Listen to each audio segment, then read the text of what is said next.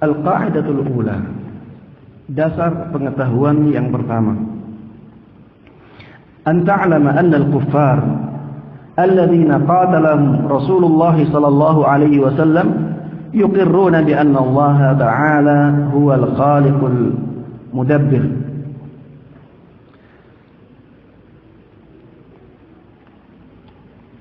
Dasar pengetahuan yang pertama adalah dengan engkau mengetahui bahwa sesungguhnya orang-orang kafir yang diperangi oleh Rasulullah sallallahu alaihi wasallam, mereka juga meyakini bahwa Allah Subhanahu wa taala adalah zat yang menciptakan mereka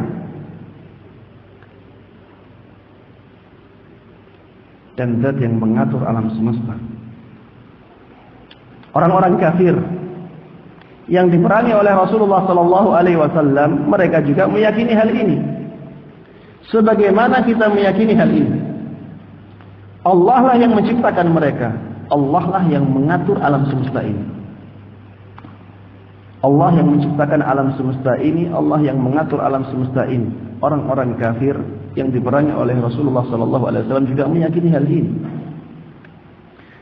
Pengetahuan ini, ya, di zaman ini jarang diketahui oleh orang-orang awam. Saya dulu sebelum membaca Qawaidul Arba ini juga tidak tahu akan hal ini. Padahal di dalam Al-Quran banyak sekali disebutkan oleh Allah Subhanahu wa ta'ala. Kalau kita tahu hal ini, kita harus mencari di mana pembedanya.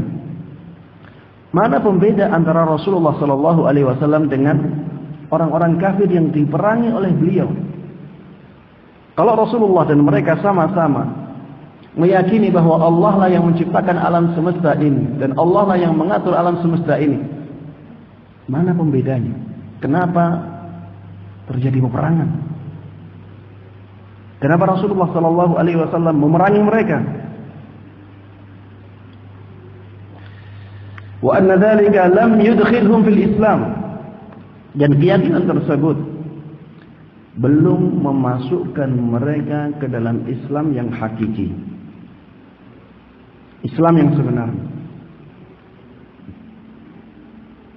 Keyakinan bahwa Allah Subhanahu wa ta'ala adalah satu-satunya pencipta alam semesta, bahwa Allah Subhanahu wa ta'ala adalah satu-satunya pengatur alam semesta ini, keyakinan ini belum memasukkan seseorang ke dalam Islam yang dibawa oleh Nabi kita Muhammad sallallahu alaihi wasallam.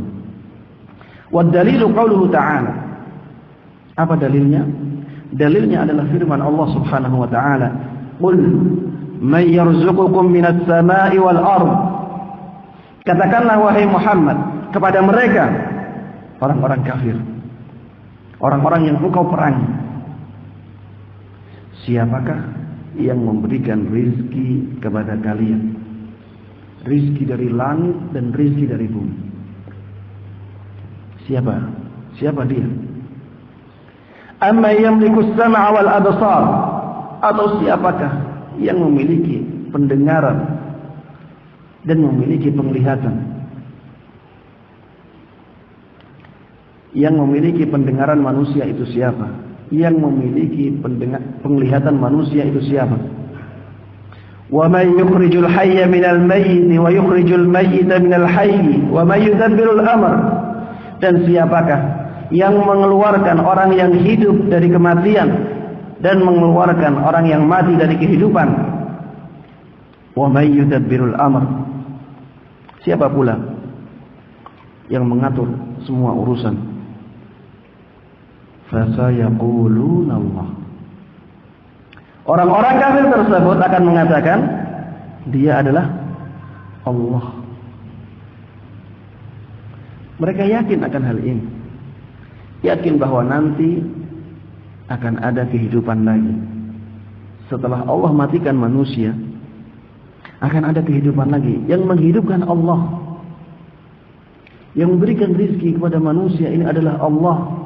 Yang memberikan penglihatan kepada manusia, memberikan pendengaran kepada manusia, yang mengatur alam semesta ini adalah Allah. Mereka tahu itu. Faqul afala tattaqun. Maka katakan kepada mereka, tidakkah kalian takut kepadanya? Tidakkah kalian takut kepada Allah Subhanahu wa ta'ala? Kenapa kalian tidak beribadah hanya kepadanya saja kalau kalian meyakini hal tersebut? Ternyata mereka dalam ibadahnya melakukan kesyirikan-kesyirikan kepadanya.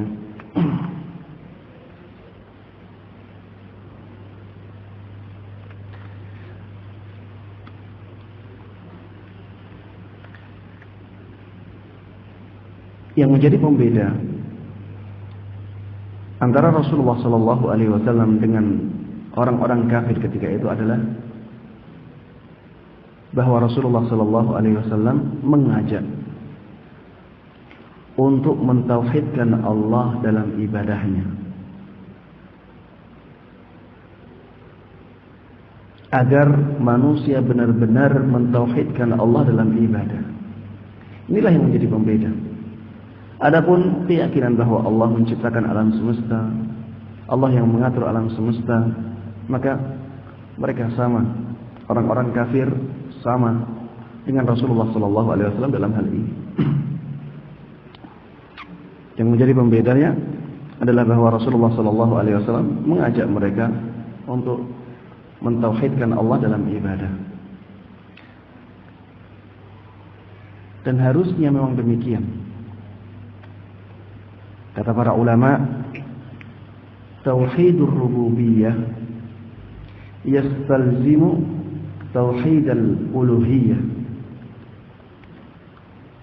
Konsekuensi keyakinan terhadap tauhid rububiyah itu adalah mentauhidkan Allah Subhanahu wa ta'ala dalam uluhiyah.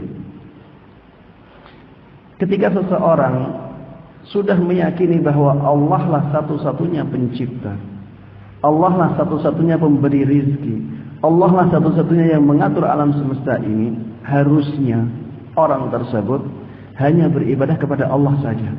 Harusnya demikian.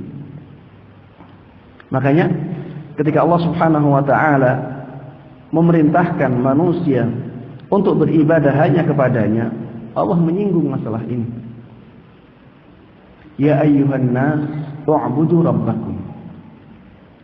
Wahai manusia, sembahlah Rabb kalian, beribadahlah hanya kepada Rabb kalian, alladzi khalaqakum, yang telah menciptakan kalian. Karena dialah yang menciptakan kalian, harusnya kalian hanya beribadah kepada Dia. Tauhid rububiyah yang harusnya mengantarkan seseorang kepada tauhid uluhiyah, ya tauhid dalam beribadah. Baik. Ini kaidah yang pertama. Kaidah yang kedua,